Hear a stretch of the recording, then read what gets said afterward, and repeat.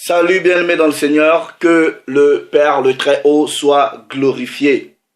Double honneur à la personne du Mashiach, du préméné de toute la création, partout à travers le monde. Frères, sœurs, vous qui allez prendre le temps de m'écouter, que le Père vous bénisse. Le titre de cette vidéo, c'est la continuité de cette série qu'on a commencé il y a quelques semaines. Israël spirituel, un mensonge chrétien. Qui est l'eunuque dit éthiopien? Donc c'est la partie 3. Les frères, sœurs qui sont abonnés sur ma chaîne, ça fait un moment où on a commencé à expliquer un peu des concepts, ok?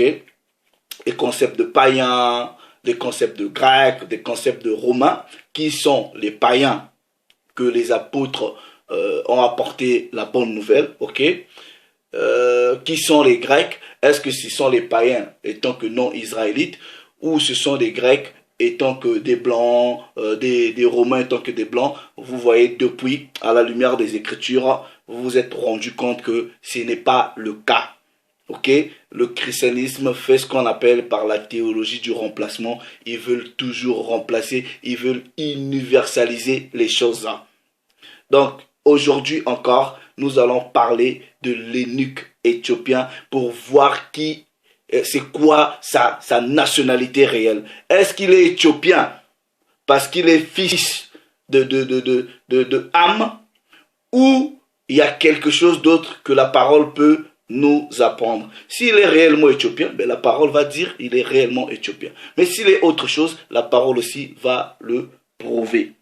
Donc, je choisis de faire cela puisque, vous voyez, cette histoire de ni juif, ni grec, tout ça là que les gens ne comprennent pas. Les gens pensent que quand on dit ni juif, ni grec, eh ben voilà, ces histoires de race, celui-là, il faut arrêter, il faut prendre tout le monde. Non, c'est faux. La parole ne dit pas, et ça fait quelques semaines qu'on le démontre. Donc aujourd'hui on va parler de l'eunuque éthiopien, on parlera de Corneille, ok, puisque Corneille a l'identité soi-disant romaine, ok, et la parole, comme je l'ai expliqué dans les dernières vidéos, même Paul de Tarse était un citoyen romain. On va expliquer ces choses-là. Vous allez finalement comprendre pourquoi le Christ maintenant, premièrement, il avait interdit à ses apôtres, dans Matthieu chapitre 10, d'aller dans d'autres nations. Et dans Matthieu chapitre 28, il leur dit maintenant d'aller dans plusieurs nations. Vous voyez, quand on vous dit plusieurs nations là, les gens s'embrouillent pour rien. Et tout le long de cette série d'Israël spirituel, nous allons prouver, ok, quand vous voyez les lettres par exemple de Corinthiens, vous voyez les lettres d'Éphésiens, vous voyez les lettres de Galates, vous pensez que ces livres-là ont été écrits au blanc? Non, on va étudier tout ça là, on va voir les lettres de Paul ont été adressées à qui? Je vous dis déjà que toutes les lettres de Paul, en tout cas pour la plupart, ont été adressées à ses frères bantous israélites qui avaient reçu d'autres identités grecques, romains, éthiopiennes, égyptiennes, qui vivaient en captivité. On va le prouver à la lumière des Écritures. Donc ce qu'on va faire, on va seulement lire. On va seulement lire. Donc je ne vais pas par un coup de baguette magique sortir ces versets-là dans la Bible. Non, ces choses-là existent. On va faire seulement une lecture, ligne sur ligne, précepte sur précepte, un peu ici, un peu là. Vous voyez, dans le christianisme, souvent ils vous disent, oui, ben voilà, vous voyez, l'eunuque éthiopien, c'était le païen qui a reçu Jésus, des choses comme ça, comme ils savent que les Éthiopiens sont noirs, et ils disent que Philippe, comme c'est un homme blanc, selon leur mensonge du christianisme, l'eunuque éthiopien, voilà, c'est un noir, voilà, il a reçu Jésus. Voilà, c'est ce qu'on enseigne dans votre christianisme abominable là. Nous allons aller dans les Écritures pour voir quelle est l'identité réelle de cet eunuque là. Est-ce qu'il est éthiopien, comme vous voyez, on dit eunuque éthiopien, ou c'est un bantou, c'est un israélite, mais qui avait reçu l'identité ou la citoyenneté éthiopienne et qui vivait en Éthiopie? Nous allons prendre les préceptes, ok? Actes des Apôtres, chapitre 8. Actes des Apôtres, chapitre 8. Ok? La Bible, ça se colle, hein, précepte sur précepte, ligne sur ligne, un peu ici, un peu là. C'est ce qu'on va faire comme Esaïe nous l'a appris. Ok? Donc, Actes des Apôtres, chapitre 8. Ok? À partir du verset 26. Ok? Il est écrit, version King James française. Et l'ange du Seigneur parla à Philippe, disant, lève-toi et va vers le sud dans le chemin qui descend de Jérusalem à Gaza, lequel est désert. Ok? Verset 27. Et il se leva et partit. Et voici un homme d'Éthiopie. Bon, dans la King James, on ne dit pas un Éthiopien, mais on dit un homme d'Éthiopie. Un eunuque de grande autorité sous Gondas, reine des Éthiopiens, qui avait la charge de tout son trésor, et qui était venu où? À Jérusalem. Ça, c'est déjà une clé. Il vient où? À Jérusalem. Pour faire quoi? La parole vous dit pour adorer. Waouh! Un Éthiopien qui quitte l'Éthiopie, qui vient à Jérusalem pour adorer. Waouh! D'où vous avez vu, en dehors des Israélites, un non-Israélite quitter là où il habitait pour venir spécialement à Jérusalem et pour adorer. Ça vous dit rien du tout? Il venait adorer. Pourquoi seulement à Jérusalem? Ceux qui sont intelligents ont déjà compris. Mais on va encore continuer dans la lecture. Ok? Son retournait et étant assis dans son chariot, lisait le livre, lisait Ésaïe le prophète. Maintenant, je vous pose la question, frères, sœurs. Un Éthiopien, quand vous pensez que c'est Éthiopien, il quitte l'Éthiopie pour venir à Jérusalem, pour adorer. Ensuite, il est en train de lire le prophète Ésaïe. Maintenant, je vous pose la question. Quand il lisait le livre d'Ésaïe, là, il lisait dans quelle langue? Il lisait Ésaïe dans quelle langue? C'était en éthiopien? Répondez-moi. Deuxième indice. Jérusalem, il lit un livre israélite. Ah, Père.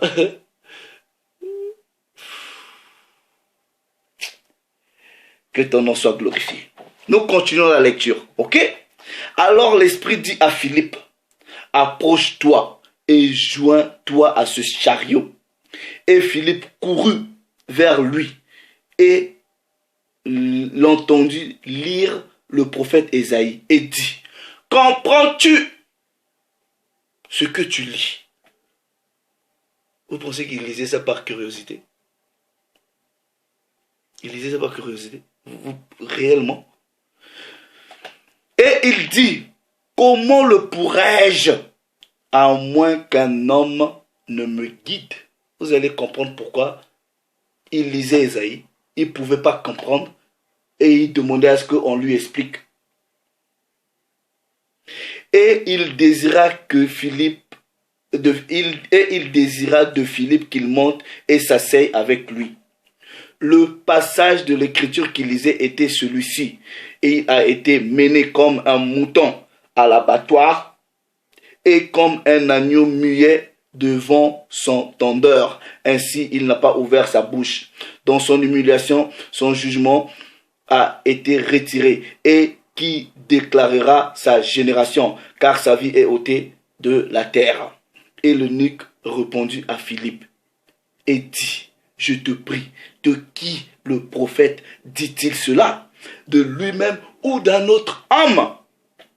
Alors Philippe ouvrit sa bouche et commença à la même écriture. et lui prêcha le Mashiach. Et comme ils continuaient leur chemin, ils vinrent à une certaine eau. Et l'eunuque dit, vois, il y a ici de l'eau. Qu'est-ce qui m'empêche d'être baptisé? Et Philippe dit, si tu crois de tout ton cœur, tu le peux. Et il répondit et dit, je crois que le Mashiach est le Fils de Dieu. Comme dans votre christianisme, là, on ne vous enseigne pas l'histoire biblique, on ne vous enseigne pas les lois. Quand vous repartez dans la loi, ok, vous ne savez pas qu'il était tenu aux Israélites de venir à Jérusalem pour adorer, pour célébrer, dépendant des festivités, dépendant des fêtes. Nous allons prouver ça dans les Écritures. Mais on vous parle d'un homme, on vous dit qu'il est éthiopien ou qu'il vient de l'Éthiopie, dans d'autres versions. Nous allons aller prendre encore 2 autres exemples, ok, des Juifs, mais qui vivaient dans d'autres pays. Dans le même livre des Actes, nous prenons le chapitre 18, ok. Le chapitre 18, à partir du verset 1 à 2, il est écrit, après ces choses, Paul partit d'Athènes et vint à Corinthe. Donc Paul, il vient à Corinthe. Et il trouva à Corinthe, qui? Un juif nommé qui? Aquila. Waouh! Un juif nommé Aquila qui habite où? À Corinthe. Prenez les cartes, vérifiez, c'était où Corinthe? Né à Pont. On s'arrête là.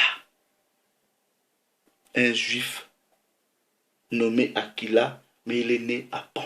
Trouvé où? À Corinthe. Nous prenons un autre précepte, maintenant dans le verset 24, ok?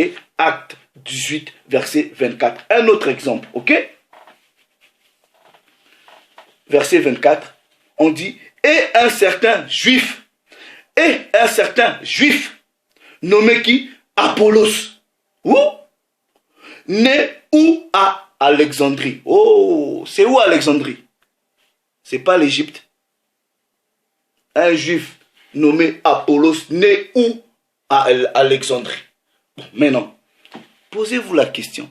Quand ces juifs-là, qui étaient nés à Corinthe, qui étaient nés à Alexandrie, ils avaient quoi comme citoyenneté? Eux, ils avaient quoi comme citoyenneté quand ils vivaient dans ces pays-là? Vous pensez qu'ils étaient israélites ou ils étaient égyptiens, ils étaient romains ou ils étaient grecs? Vous ne réfléchissez pas? Mais ce n'est pas fini. Ok? Maintenant, nous repartons. Ok? Ça, c'est encore un chapitre où plusieurs des frères, même dans le christianisme, ils lisent ça. Ok? Ils viennent même expliquer des bêtises sur le parlant langue, tout ça là. On va voir pourquoi d'ailleurs l'eunuque éthiopien est venu adorer à Jérusalem. Ok? Et qu'est-ce qui se passait dans Actes chapitre 2? Ok?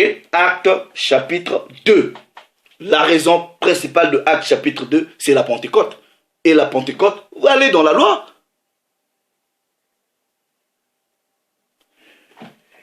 Actes chapitre 2, verset 1er. Il est écrit, et lorsque le jour de la Pentecôte fut pleinement venu, ils étaient tous là d'un commun accord dans un même lieu.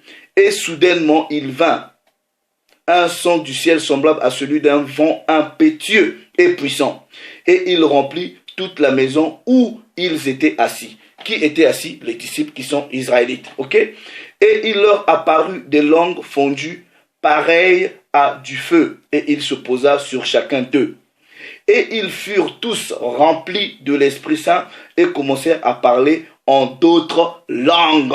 Vous voyez, dans le christianisme, ils pensent que quand on dit en d'autres langues, là, vos bêtises, je sais pas, ça, vos balbutiements effrénés là comme des malades, vous pensez que soit disant langue spirituelle ou langue des anges, des bêtises comme ça. Bref, c'est pas ça le sujet.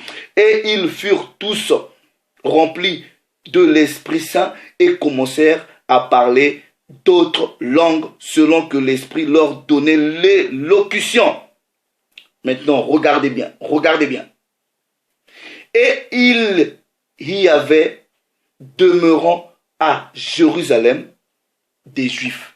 Écoutez bien, des Juifs. Hommes dévotes. Hommes dévotes. Et le qualificatif de dévote là ne s'applique pas, en tout cas dans la Bible, pas à une autre nation, pas à quelqu'un d'autre qu'aux Bantous, aux Israélites. Ça, on pourrait le prouver quand on va parler même de Corneille, ok? Donc, on vous dit, demeurons à Jérusalem des Juifs, des hommes dévotes de chaque nation qui est sous le soleil. Voilà, des Juifs, des hommes dévots qui sont venus à Jérusalem, mais de chaque nation. Ça veut dire quoi? Même quelques-uns des frères qui étaient en captivité, ils savaient quand même que on leur avait dit. Vous voyez, nous, quand même, on a grandi même dans ces abominations-là, on nous disait d'où on venait. Nous, moi aujourd'hui, je me dis je suis congolais, mais mon arrière-grand-père me disait déjà d'où je venais. Il me dit, nous sommes venus d'Israël. Donc, quelque part, ces gens-là savaient qu'ils devraient, malgré qu'ils vivaient dans d'autres pays, qu'ils savaient qu'ils devraient quand même se rendre chaque 3 ans, dépendant ou chaque année, à Jérusalem. On vous dit des Juifs, hommes dévots, de chaque nation, de chaque nation. Et déjà, petit à petit, vous allez comprendre, aller dans toutes les nations. Mais nous allons continuer. Regardez. Et lorsque ce bruit se répandit de tous côtés, la multitude s'assembla et fut décontenancée parce que chaque homme les entendait parler dans sa propre langue. On vous dit qu'ils sont quand même des Juifs venus de chaque nation, mais on les entendait parler dans leur propre langue. Quelle était leur propre langue? C'était les langues des pays dans lesquels ces Juifs-là, venus de toutes les nations, parlaient. Comme le grec, si peut-être c'était le lingala, ça devrait être le lingala. Si c'était le wolof, c'est le wolof. S'ils habitaient, je ne sais pas où, le mandarin, si c'était... C'est ça en fait. Nous allons continuer la lecture, ok? Verset 7. Et ils étaient tous stupéfaits et surpris, se disant les uns aux autres, voici, tous ceux qui parlent ne sont-ils pas galiléens? Ils ne viennent pas de la Judée, ils ne viennent pas de la Galilée.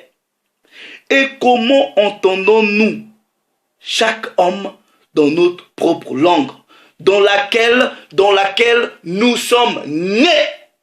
Mais ils étaient des hommes juifs, venus de toutes les nations, nés dans d'autres pays, parlant d'autres langues, et le Père a permis que leurs frères qui sont restés en Galilée parlent des langues qu'ils n'ont jamais apprises.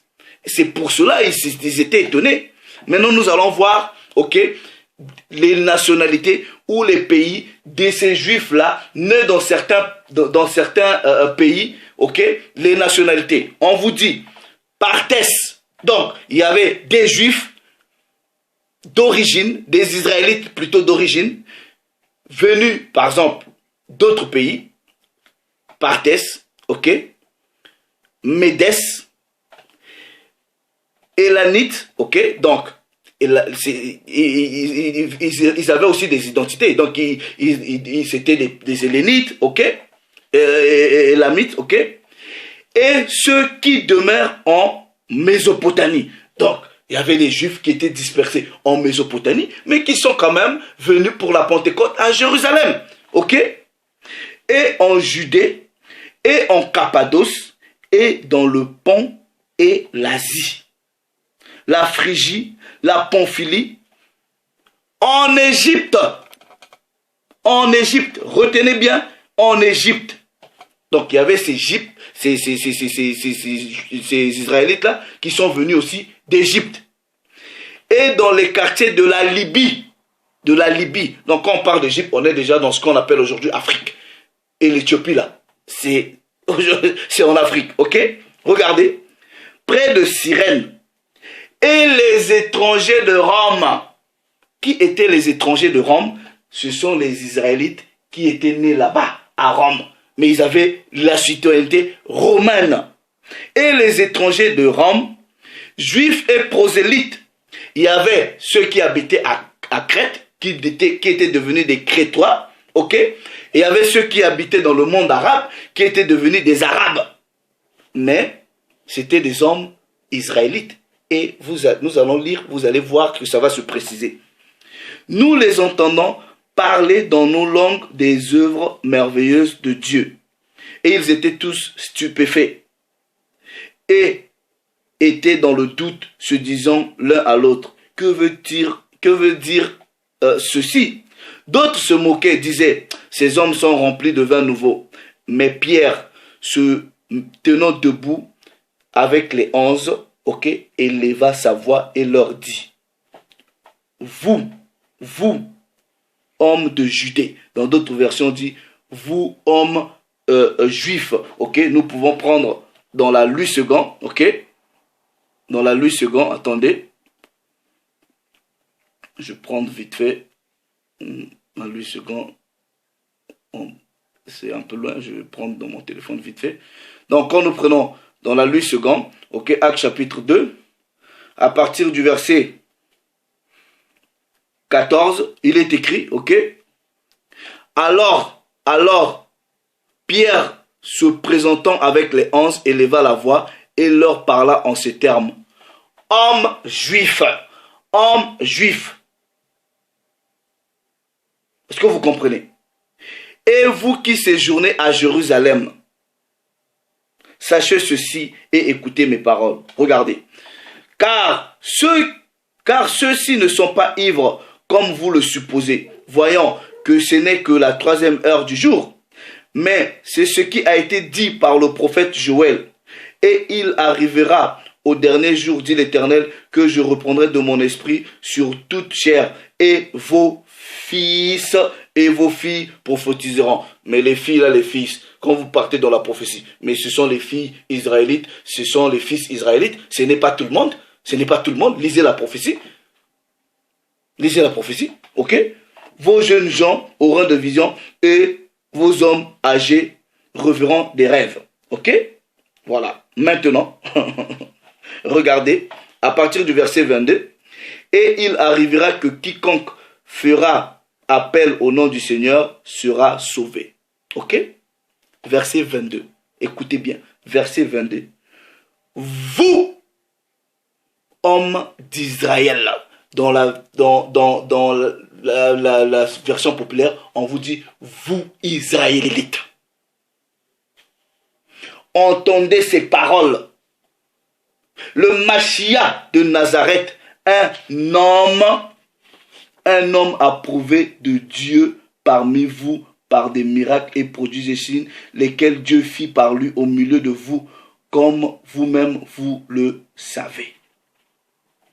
Donc la parole vous dit que quand vous voyez tous ceux qui étaient là, venus de Perse, de Galatie, de Cappadoce, d'Égypte, de Libye, c'était des Israélites. Est-ce que Paul, quand il s'est levé, dit, bon vous là, bon, il y a des Congolais, bon, les Congolais, excusez-moi, Sénégalais, toi, vous là les Sénégalais, excusez-moi, voilà. Non, c'était pas le mélange. Il était conscient que c'était ses frères qui avaient quitté d'autres nations pour venir observer la Pentecôte. Vous lisez Lévitique, lisez Deutéronome, vous lisez Lévitique 23, lisez Deutéronome, c'est tout là-bas. Donc il savait qu'il s'adressait à ses frères. Et ces frères-là avaient pour langue, mais puisqu'ils étaient nés en captivité, ils allaient parler quoi? Exactement. Maintenant, nous repartons, Nous repartons chez l'eunuque éthiopien. Nous repartons dans Actes des Apôtres, chapitre 2. Donc, si vous pensez que l'eunuque éthiopien, n'est pas un Bantou, n'est pas un Israélite qui vivait en Éthiopie, vous devrez maintenant nous expliquer pourquoi il est venu à Jérusalem pour adorer. Ensuite, il lisait le livre d'Ésaïe en quelle langue? Actes des Apôtres, chapitre 8. Actes des Apôtres, chapitre 8. Nous allons prendre les préceptes. Ce qui s'est passé avec Philippe, là, c'était prophétique. Actes, chapitre 8. Et nous allons voir quel est le prophète qui avait parlé de ça. Actes chapitre 8, ok, à partir du verset 26. 27. Et il se leva et partit. Et voici un homme d'Éthiopie, un eunuque de grande autorité, sous Candace, reine des Éthiopiens. Vous voyez quand la plupart des gens... Mais la parole déjà vous dit quoi dans Séphonie chapitre 3? D'au-delà des fleuves de Couche, d'Éthiopie, mes adorateurs m'apporteront les offrandes.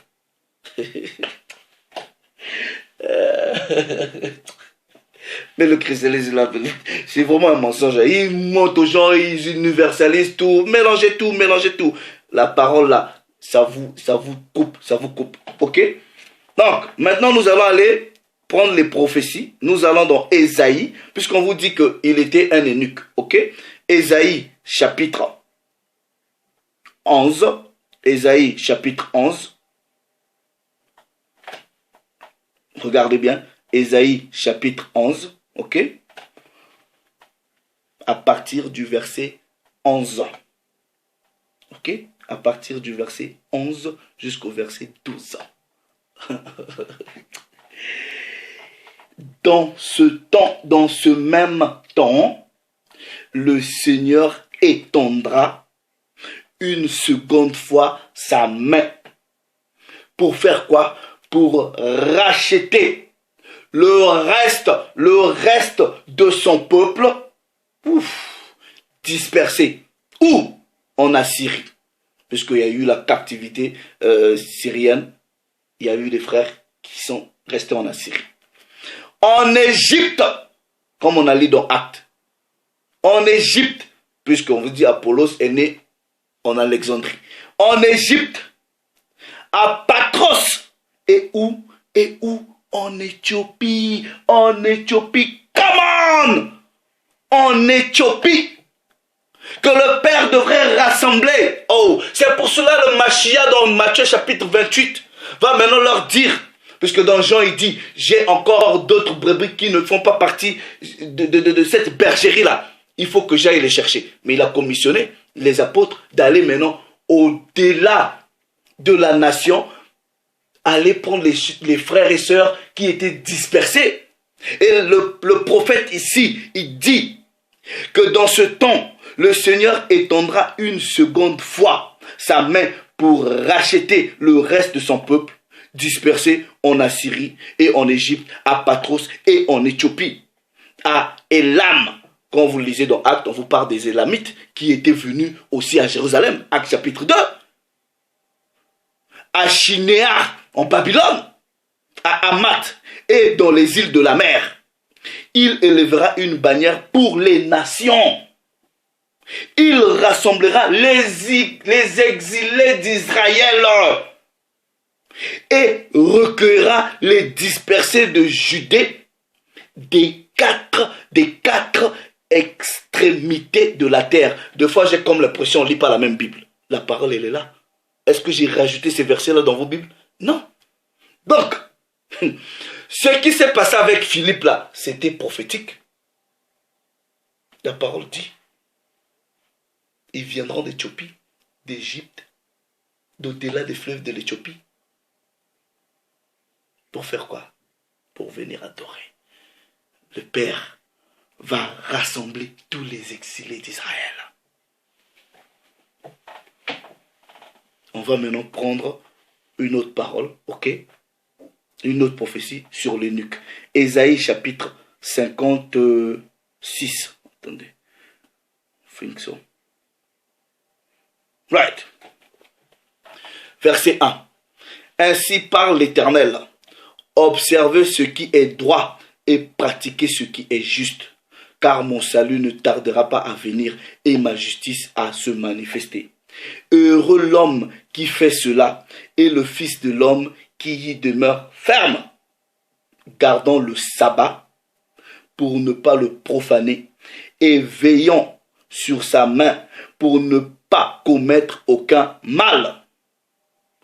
Que l'étranger qui s'attache à l'Éternel ne dise pas. Vous voyez, Mais c'est-à-dire les vrais Israélites de sang, quand ils étaient en captivité, ils étaient considérés comme aussi étrangers par leurs frères qui étaient restés en Israël. Et ça, on va l'expliquer quand on va toucher Romains 9, Romains 11. On va bien remonter toutes les captivités en partant de la captivité, en sortant d'Égypte, babylonienne, assyrienne, persienne, gréco-romaine.